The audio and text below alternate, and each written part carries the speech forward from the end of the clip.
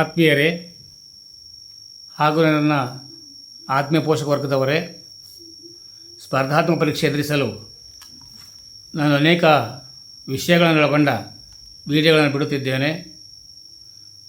ನೋಡಿ, ತಾವು ನೋಡಿ, ಬೇರೆಯವರಿಗೂ ಶೇರ್ ಮಾಡಿ. ನಾನಿಂದು ನಿಮ್ಮ ಎದುರಿಗೆ ತರಬಯಸಿದ ವಿಷಯ ಮೌರ್ಯ ಸಾಮ್ರಾಜ್ಯ. ಕ್ರಿಸ್ತಪೂರ್ವ 371ರಿಂದ 187ರವರೆಗೆ ಇದ್ದಂಥ ಸಾಮ್ರಾಜ್ಯ ಮೌರ್ಯ ಸಾಮ್ರಾಜ್ಯ. ಇದರ ಮೂಲ ಪುರುಷ ಚಂದ್ರಗುಪ್ತ ಮೌರ್ಯ. ಕ್ರಿಸ್ತಪೂರ್ವ 321ರಿಂದ 298ರವರೆಗಿನ ಅವಧಿಯಲ್ಲಿದ್ದಂತಹ ರಾಜ ಚಂದ್ರಗುಪ್ತ ಮೌರ್ಯ. ಮೌರ್ಯರ ರಾಜಧಾನಿ ಪಾಟಲಿಪುತ್ರ. ಮೌರ್ಯರ ಕಾಲದಲ್ಲಿ ಜಾರಿಗೆ ಬಂದ ನಾಣ್ಯಗಳು ಕಚ್ಚಾ ಗುರುತಿನ ಚಿನ್ನ, ಬೆಳ್ಳಿ, ತಾಮ್ರದ ನಿಷ್ಕ, ಕಾರ್ಪಣ, ಪುರಾಣ ಅಥವಾ ಧರಣ ಮುಂತಾದ ನಾಣ್ಯಗಳು ಚಲಾವಣೆಯಲ್ಲಿದ್ದವು. ಆಗಿನ ಕಾಲದ ಪ್ರಮುಖ ಅರಸರುಗಳೆಂದರೆ ಚಂದ್ರಗುಪ್ತ ಮೌರ್ಯ. ಕ್ರಿಸ್ತಪೂರ್ವ 321ರಿಂದ 298ರವರೆಗೆ. ಅವರ ನಂತರ ಬಿಂದುಸಾರ ಕ್ರಿಸ್ತಪೂರ್ವ 298ರಿಂದ 272ರವರೆಗೆ, 298ರಿಂದ 272ರವರೆಗೆ. ಅವರ ನಂತರ ಅಶೋಕ ಕ್ರಿಸ್ತಪೂರ್ವ 272ರಿಂದ 237ರವರೆಗೆ ಮೌರ್ಯ ಸಾಮ್ರಾಜ್ಯವನ್ನು ಆಳ್ವಿಕೆ ಮಾಡಿದರು. ಇಲ್ಲಿ ಅಶೋಕ ಚಕ್ರವರ್ತಿ ಇದ್ದ ಕಾಲದಲ್ಲಿ ಮೌರ್ಯ ಸಾಮ್ರಾಜ್ಯ ಜಗತ್ಪ್ರಸಿದ್ಧವಾಯಿತು ಅಂತ ಹೇಳ್ಬೋದು ನಾವು. ಕೊನೆಯ ಅರಸು ಬೃಹದ್ರಥ. ಧರ್ಮ ವೈದಿಕ, ಜೈನ, ಅಜೀವಿಕ ಮತ್ತು ಬೌದ್ಧ ಈ 4 ಧರ್ಮಗಳನ್ನು ಅವರು ಆಶ್ರಯ ನೀಡಿದ್ದರು. ಮೌರ್ಯರ ಸಾಮ್ರಾಜ್ಯದ ಬಗ್ಗೆ ದಾಖಲೆಗಳು ಅಂತ ಕೇಳಿದರೆ ಅಶೋಕನ ಶಿಲಾ ಮತ್ತು ಸ್ತಂಭ ಶಾಸನಗಳು, ಐತಿಹಾಸಿಕ ಪುರಾಣ, ಸಮಕಾಲೀನ ವಿದೇಶಿ ಬರಹ, ಜೈನ ಮತ್ತು ಬೌದ್ಧ ಗ್ರಂಥಗಳು. ಮೌರ್ಯ ಸಾಮ್ರಾಜ್ಯದ ವಾಸ್ತುಶಿಲ್ಪ ಕೇಂದ್ರಗಳಿಂದ ಕೇಳಿದರೆ ಮಗಧ, ತಕ್ಷಶಿಲಾ, ಕಳಿಂಗ, ಸುವರ್ಣಗಿರಿ, ಉಜ್ಜಯಿನಿ, ಲುಂಬಿನಿ, ಸಾರನಾಥ ಮತ್ತು ತೋಶಾಲಿ.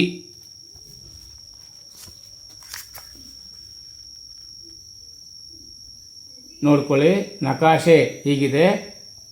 ಇಲ್ಲಿ ಬರುವಂಥ ಸ್ಥಳಗಳು.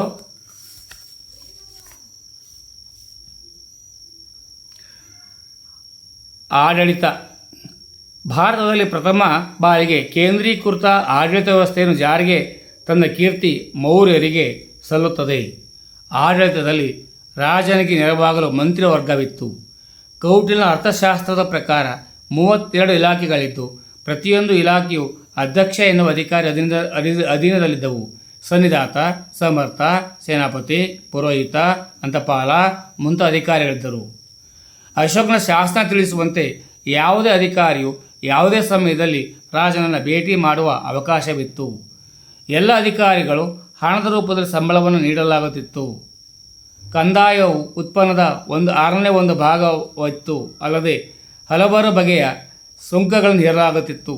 ಮದ್ಯ, ಜೂಜು, ನೃತ್ಯಗಾರ್ತಿಯರ ಮೇಲೆ ತೆರಿಗೆಯನ್ನು ಕೂಡ ಹಾಕಲಾಗುತ್ತಿತ್ತು. ಮೇಘಸ್ತಾರಿಸ್ ತನ್ನ ಇಂಡಿಕಾ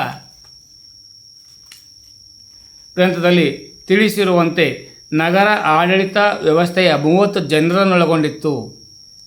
5 ಜನರನ್ನೊಳಗೊಂಡ 6 ಮಂಡಳಿಗಳಿದ್ದವು. ಈ ಮಂಡಳಿಗಂದರೆ ಮೊದಲನೇ ಮಂಡಳಿಯಲ್ಲಿ ಕೈಗಾರಿಕೆಯ ಮೇಲ್ವಿಚಾರಣೆ ಮತ್ತು ಕುಶಲಕರ್ಮಿಗಳ ಕಲ್ಯಾಣ ಇರ್ತಿತ್ತು. 2ನೇ ಮಂಡಳಿಯಲ್ಲಿ ವಿದೇಶಿ ಪ್ರವಾಸಿಗರ ಯೋಗಕ್ಷೇಮ ನೋಡಿಕೊಳ್ಳಲಿಕ್ಕಿರ್ತಾ ಇತ್ತು. 3ನೇ ಮಂಡಳಿ ಜನಗಣತಿ ಮಾಡುವ ಕೆಲಸ ಇರೋದಾಗಿತ್ತು. 4ನೇ ಮಂಡಳಿಯಲ್ಲಿ ಮಾರುಕಟ್ಟೆ, ತೂಕ, ಅಳತೆ ನೋಡಿಕೊಳ್ಳುವ ಕೆಲಸ ಇರುವುದಾಗಿತ್ತು. 5ನೇ ಮಂಡಳಿ ಉತ್ಪಾದಿತ ವಸ್ತುಗಳ ಮೇಲ್ವಿಚಾರಣೆ ಮಾಡುವುದಾಗಿತ್ತು. 6ನೇ ಮಂಡಳಿ ಮಾರಾಟ, ತೆರಿಗೆ ಮತ್ತು ಮೇಲ್ವಿಚಾರಣೆ. ಹೀಗೆ ನಗರ ಆಡಳಿತ ವ್ಯವಸ್ಥೆ ಶ್ರೇಣೀಕೃತ ಅಧಿಕಾರಿ ವರ್ಗವನ್ನು ಹೊಂದಿತ್ತೆಂದು ಮೇಘಸ್ಥಾನಿಸ್ ತಿಳಿಸಿದ್ದಾರೆ. ಗ್ರಾಮ ಆಡಳಿತ ವ್ಯವಸ್ಥೆಯು ಆಡಳಿತದ ಕೊನೆಯ ವಿಭಾಗವಾಗಿತ್ತು. ಗ್ರಾಮೀಣಿ ಎನ್ನುವ ಅಧಿಕಾರಿಯ ಅಧೀನದಲ್ಲಿತ್ತು. ಗಣತಿ, ಗ್ರಾಮವ್ಯಾಜ್ಯ, ಭೂ ವ್ಯವಹಾರ, ಸೀಮೆ, ಲೆಕ್ಕಪತ್ರ ಮತ್ತು ಕಂದಾಯಗಳ ಮೇಲ್ವಿಚಾರಣೆ ಈತನ ಕರ್ತವ್ಯವಾಗಿತ್ತು. ಕೊಡುಗೆ. ಸಾಹಿತ್ಯ ಮತ್ತು ಸಂಸ್ಕೃತಿ. ಈ ಕಾಲದಲ್ಲಿ ಪಾಲಿ ಮತ್ತು ಪ್ರಾಕೃತಗಳಲ್ಲಿ ಅನೇಕ ಗ್ರಂಥಗಳು ರಚಿಸಲ್ಪಟ್ಟವು. ಉದಾಹರಣೆಗೆ ಅಭಿಧಮ್ಮ ಪಿಟಕ, ಜಾತಕ ಕಥೆಗಳು ಮುಂತಾದವು.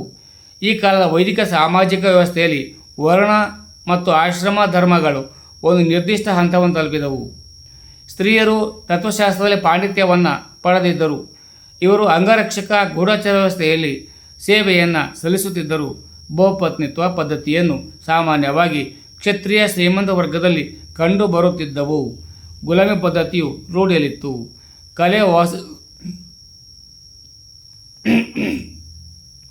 ಕಲೆ ಮತ್ತು ವಾಸ್ತುಶಿಲ್ಪ.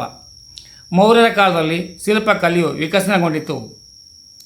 ಇವರು ಅರಮನೆಗಳು ಮತ್ತು ಭವ್ಯ ಕಟ್ಟಡಗಳನ್ನು ಮರದಿಂದ ನಿರ್ಮಿಸಿದ್ದರಿಂದ ಅವು ಸಂಪೂರ್ಣ ನಾಶಗೊಂಡಿವೆ. ಅಶೋಕನು 84,000 ಸ್ತೂಪಗಳನ್ನು ನಿರ್ಮಿಸಿದ್ದಾನೆಂಬ ಪ್ರತೀತಿ ಇದೆ. ಆದರೆ ಇವು ಕೆಲವೇ ಪ್ರದೇಶಗಳಲ್ಲಿ ಮಾತ್ರ ಕಂಡು ಬಂದಿವೆ. ಅವುಗಳಲ್ಲಿ ಪ್ರಮುಖವಾದವುಗಳೆಂದರೆ ಸಾಂಚಿ ಸ್ತೂಪವಾಗಿದೆ. ಅಶೋಕನು ಹಲವಾರು ಶಿಲಾಸ್ತಂಭಗಳನ್ನು ನಿರ್ಮಿಸಿದ್ದಾನೆ. ಇವು ಮರಳುಗಲ್ಲಿನ ಸ್ತಂಭಗಳಾಗಿವೆ. ಇವುಗಳ ಶಿರೋಭಾಗದ ಮೇಲೆ ಆನೆ, ಕುದುರೆ, ಸಿಂಹ, ವೃಷಭ ಮುಂತಾದ ಪ್ರಾಣಿಗಳ ಕೆತ್ತನೆ ಇದೆ. ಈ ಶಿಲಾಸ್ತಂಭಗಳನ್ನು ನುಣ್ಣಗೆ ಮಿಂಚುವ ಹಾಗೆ ಪಾಲಿಶ್ ಮಾಡಲಾಗಿದೆ. ಸಾರನಾಥದ ಅಶೋಕನ ಸ್ತಂಭವು ಕಲಾ ನೈಪುಣ್ಯದಿಂದ ಕೂಡಿದೆ. ಸ್ತಂಭದ ಶಿರೋಭಾಗದಲ್ಲಿ 4 ಸಿಂಹಗಳ ಕೆತ್ತನೆ ಇದ್ದು, ಮಧ್ಯದಲ್ಲಿ ಧರ್ಮಚಕ್ರ, ಕೆಳಭಾಗದಲ್ಲಿ ಆನೆ, ಸಿಂಹ, ಕುದುರೆ ಮತ್ತು ಎತ್ತು ಮುಂತಾದ ಚಿತ್ರಣಗಳಿವೆ. ಮೌರ್ಯರು ಜೈನ, ಅಜೀವಕ, ಬೌದ್ಧ ಧರ್ಮೀಯರಿಗಾಗಿ ಹಲವಾರು ಗುಹಾಲಯಗಳನ್ನು ನಿರ್ಮಿಸಿದ್ದಾರೆ. ಅವುಗಳಲ್ಲಿ ಪ್ರಮುಖವಾದವುಗಳೆಂದರೆ ಬಾರಾಮರ್ ಮತ್ತು ನಾಗಾರ್ಜುನ ಗುಹಾಲಯಗಳು. ಮೌರ್ಯ ಸಾಮ್ರಾಜ್ಯದ ಪತನ. ಬೃಹತ್ ಮೌರ್ಯ ಸಾಮ್ರಾಜ್ಯವು ಚಂದ್ರಗುಪ್ತನಿಂದ ಸ್ಥಾಪಿಸಿ ಪೋಷಿಸಲ್ಪಟ್ಟ ಅಶೋಕನ ಕಾಲದಲ್ಲಿ ತನ್ನ ಉತ್ತುಂಗದ ತುದಿಯನ್ನು ತಲುಪಿತು. ಭಾರತದಲ್ಲಿ ಪ್ರಪ್ರಥಮ ಬಾರಿಗೆ ಸಾಮ್ರಾಜ್ಯ ಸ್ಥಾಪಿಸಿದ ಕೀರ್ತಿ ಇವರದಾಗಿದೆ. ಅಶೋಕ ನಂತರ ಇದು ತನ್ನ ವೈಭವವನ್ನು ಕಳೆದುಕೊಂಡಿತು. ಮೌರ್ಯರ ಪತನಕ್ಕೆ ಹಲವಾರು ಪ್ರತ್ಯಕ್ಷ ಪರೋಕ್ಷ ಕಾರಣಗಳಿವೆ. ಅಶೋಕನ ಧಾರ್ಮಿಕ ನೀತಿ, ಆರ್ಥಿಕ ದಿವಾಳಿತನ, ಅತಿಯಾದ ಕೇಂದ್ರೀಕೃತ ಆಡಳಿತ ವ್ಯವಸ್ಥೆ, ಅಸಮರ್ಥ ಉತ್ತರಾಧಿಕಾರಿಗಳು, ನಿರಂತರ ಗ್ರೀಕರ ದಾಳಿ, ಅರಮನೆಯ ಅಂತಕಲಹ, ಸಾಮ್ರಾಜ್ಯದ ಇಬ್ಬಾಗ. ಪ್ರಾಮುಖ್ಯತೆ. ಸ್ಥಳೀಯ ಧರ್ಮವಾಗಿದ್ದು ಬೌದ್ಧ ಧರ್ಮವು ಮೌರ್ಯ ಕಾಲದಲ್ಲಿ ಅಂತಾರಾಷ್ಟ್ರೀಯ ಧರ್ಮವಾಗಿ ಬೆಳೆಯಿತು.